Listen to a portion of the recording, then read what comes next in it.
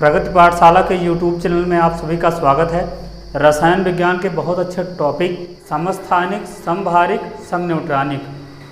समस्थानिक मतलब कि आप कहते हैं जिसे आइसोटोप्स, समभारिक मतलब आइसोबार्स। इनमें क्या अंतर होता है, ये है क्या, इसी के ऊपर आज हम चर्चा करेंगे। देखिए, परमाणु क्रमांक और परमाणु भार आप अच्छे समझ लिए हैं, एटॉमिक नंबर और एटॉमिक वेट, ठीक है। तो उससे जुड़ा हुआ यह टॉपिक है और आपको एक ऐसे तरीके से बताएंगे जिसके एग्जाम्पल के साथ, ताकि आप कभी फिर भूलेंगे नहीं आइसोटोप्स क्या हैं, आइसोबार्स क्या हैं, ठीक है। तो बहुत अच्छा वीडियो होने वाला है, लेकिन यदि आप हमारे चैनल पर नए हैं तो सब्सक्राइब कर लीजिए और वीडियो को भी लाइक कर लीजिए, क्योंकि चैनल के द्वारा लगातार अलग अलग विषय की ऑनलाइन क्लासेस दी जा रही हैं। तो उन सभी का लाभ उठाने के लिए हमारे चैनल से आप ज़रूर जुड़िए। चलिए आपको बताते हैं रसायन विज्ञान में समस्थानिक क्या है, समभारिक क्या है, समन्यूट्रॉनिक क्या है। समस्थानिक को कहते हैं आइसोटोप्स, समभारिक को कहते हैं आइसोबार्स। तो ये हैं क्या, इसको समझ लीजिए। देखिए, एक चीज़ उसके पहले मैंने आपको बताया भी था, नहीं तो आप पिछली वीडियो जाके देख लिए, लिंक में डिस्क्रिप्शन में दे दिया हूँ कि परमाणु क्रमांक क्या है, एटॉमिक नंबर क्या है, एटॉमिक वेट क्या है, ठीक है।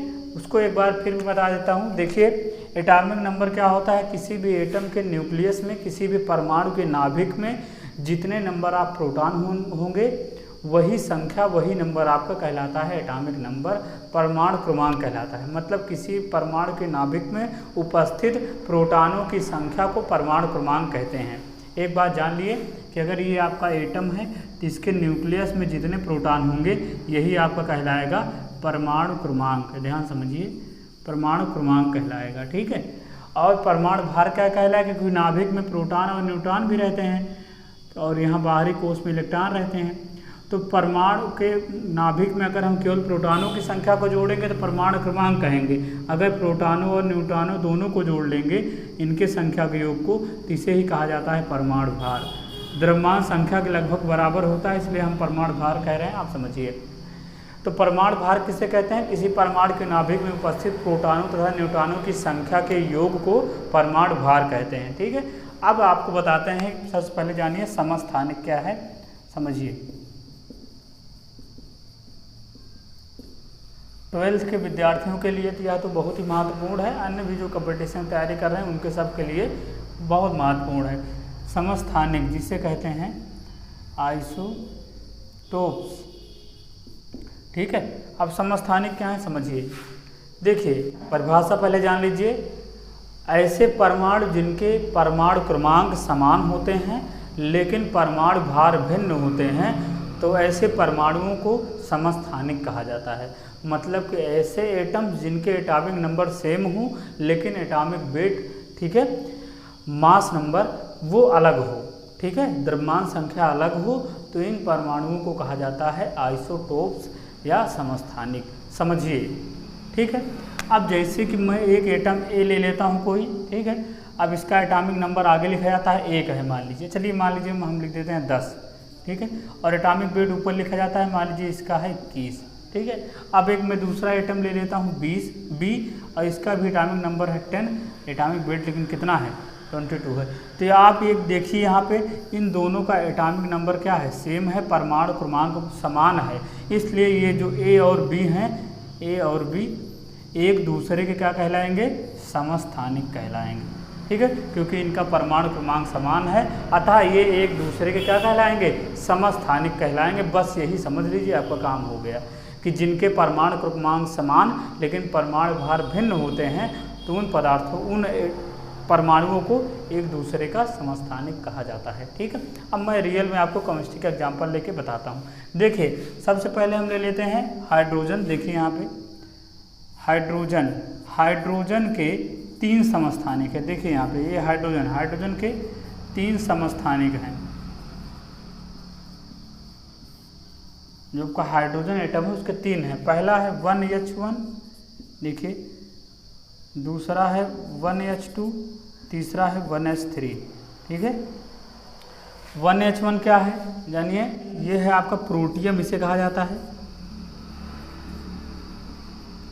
1H2 ड्यूटेरियम, और 1H3 ट्राइटियम, ये इसका नाम है, लेकिन आपको समझना क्या है वो जानिए। देखिए, यहाँ पे ये हाइड्रोजन के 3 परमाणु हैं, 1 2 3, ये अलग अलग हैं। अब ये एक दूसरे के क्या हैं, समस्थानिक हैं। क्यों हैं? क्योंकि देखिए तीनों का परमाणु क्रमांक समान है। आगे जो संख्या लिखी जाती है किसी भी एटम के, वो परमाणु क्रमांक कहलाती है, जो ऊपर पीछे लिखी जाती है वो परमाणु भार कहलाती है, आप जानते रहिए। तो यहाँ पे देखिए हाइड्रोजन के तीनों हाइड्रोजन के परमाणु क्रमांक समान हैं, लेकिन परमाणु भार ये जो ऊपर लिखा है ये अलग अलग, इसका 1 है, इसका 2, इसका 3। तो ये इसका मतलब ये किस प्रॉपर्टी को फॉलो कर रहा है, समस्थानिक आइसोटोप्स। तो यही फिर हाइड्रोजन के क्या कहलाएंगे, एक दूसरे के समस्थानिक कहलाएंगे। ठीक है, इसी प्रकार कार्बन के देखिए, कार्बन के भी 3 समस्थानिक हैं, कार्बन सी के 3 समस्थानिक हैं।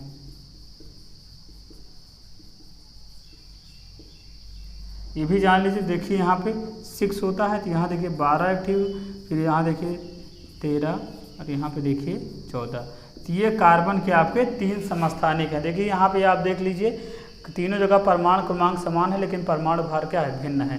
तो इस प्रकार आप समझिए कि आइसोटोप्स क्या है, समस्थानिक वे परमाणु जिनके परमाणु क्रमांक एटॉमिक नंबर सेम होते हैं, लेकिन परमाणु भार अलग अलग होते हैं, तो उन परमाणुओं को एक दूसरे का समस्थानिक कहा जाता है। तो ये पूरी जानकारी रही आपको समस्थानिक के बारे में, उम्मीद करते हैं समझ में आई होगी। चलिए आपको बताते हैं समभारिक क्या है। ठीक, तो समभारिक समझ लीजिए, जिसे कहा जाता है आइसोबार्स। परिभाषा पहले जान लीजिए। देखिए, वे परमाणु जिनके परमाणु क्रमांक अलग अलग हों, देखिए ध्यान सुनिए, जिनके परमाणु क्रमांक अलग अलग हों लेकिन परमाणु भार समान हो या द्रव्यमान संख्या समान हो, तो उन परमाणुओं को एक दूसरे का समभारिक कहा जाता है। समझिए फिर से, वहाँ पे परमाणु समस्थानिक में आपने क्या समझा था, परमाणु क्रमांक समान थे, परमाणु भार भिन्न थे।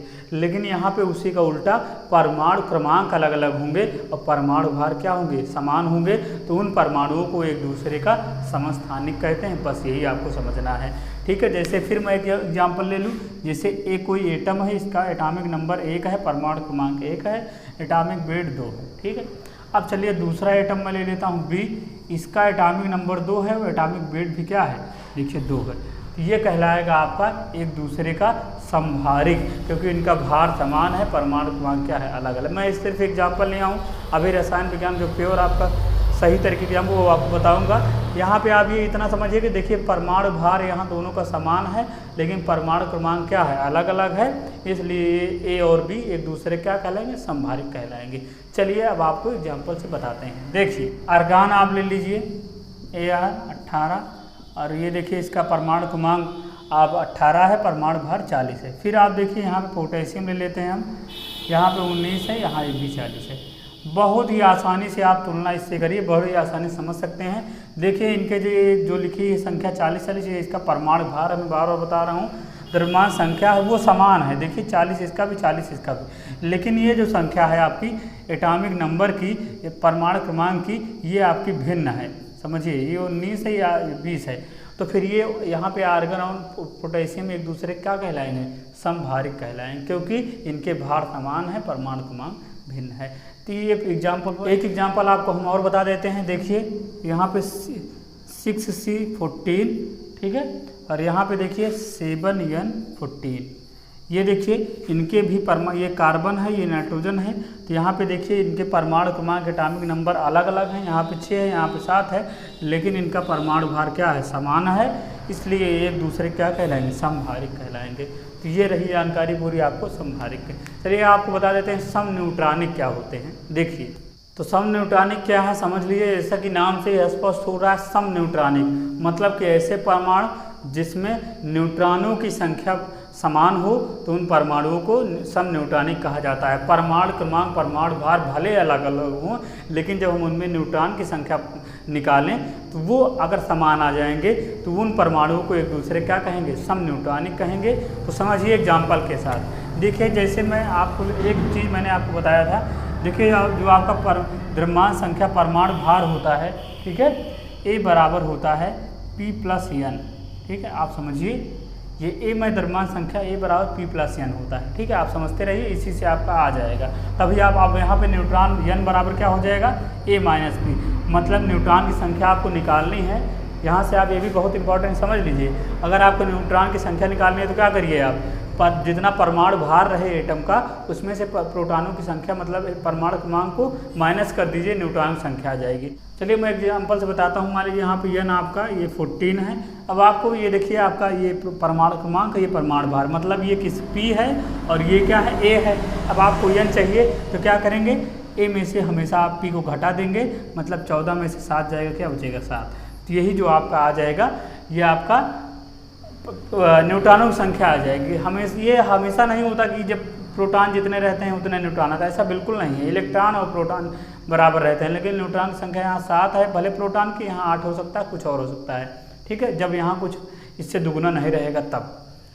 तो न्यूट्रॉन कैसे निकालेंगे आप, परमाणु भार में से प्रोटॉनों की संख्या मतलब परमाणु क्रमांक को हटा देंगे, जो आएगा वही निकलेगा। तो एक एग्जाम्पल से मैं बताता हूँ, दो एटम का एग्जाम्पल लेता हूँ और आपको बताता हूँ किस प्रकार से उसमें न्यूट्रॉनों की संख्या बराबर है। देखिए यहाँ पे, देखिए 14 सिलिकॉन है, ठीक है, यहाँ पे 14 सही लिख देते हैं यहाँ पे देखिए, और ये आपका 30 है, और यहाँ पे 15 फास्फोरस 31 है। ये देखिए ये आपका सिलिकॉन का एटॉमिक नंबर 14 है और एटॉमिक वेट जो है आपका वो आपका 30 है, 30 है। यहाँ पे देखिए फास्फोरस का 15 है, 31 है परमाणु भार। अब आपको न्यूट्रॉन इसको सब न्यूट्रॉनिक दिखाना है, तो इसका मतलब आपको इसमें न्यूट्रॉन की संख्या बराबर दिखानी पड़ेगी। तो दिखा दीजिए, इसमें न्यूट्रॉन की संख्या आप निकालिए तो क्या निकलेगा, देखिए ये आपका A है, ये आपका P है, तो न्यूट्रॉन संख्या बराबर क्या होता है, A माइनस P। तो घटाइए, 30 में से 14 घटेगा, कितना बचेगा आपका, तो बचेगा आपका 16। मतलब इस एटम के पास कितने न्यूट्रॉन है, 16। यहाँ भी निकाल लीजिए, तो यहाँ भी आप न्यूट्रॉन निकालेंगे तो यहाँ A माइनस P मतलब 31 माइनस 15, फिर भी घटाएंगे आपको क्या आएगा, 16। इसका मतलब दोनों एटम के पास यहाँ पे न्यूट्रॉनों की संख्या बराबर है, अतः ये सिलिकॉन और फास्फोरस आपके एक दूसरे क्या कहलाएंगे, सब न्यूट्रॉनिक कहलाएंगे। इसी तरह कोई एग्जाम्पल होगा, आप परमाणु भार में से परमाणु क्रमांक को घटा लेंगे, जो संख्या आएगी वही आपकी न्यूट्रॉन संख्या जो आएगी, अगर बराबर है तो वो सब न्यूट्रॉनिक हम कह देंगे। तो ये पूरी जानकारी रही समस्थानिक, समभारिक, सम न्यूट्रॉनिक के बारे में। उम्मीद करते हैं आपको जानकारी पसंद आई होगी, तरीका पसंद आया होगा। तो इस वीडियो को लाइक ज़रूर करिए, शेयर भी करिए, ताकि अधिक से अधिक लोग इस वीडियो का लाभ उठा पाएँ, जानकारी का लाभ उठा पाएँ और हमारे चैनल से जुड़ पाएँ। तो थैंक यू। नेक्स्ट वीडियो में केमिस्ट्री का और बहुत सारी जानकारियाँ लेकर हम आते रहेंगे।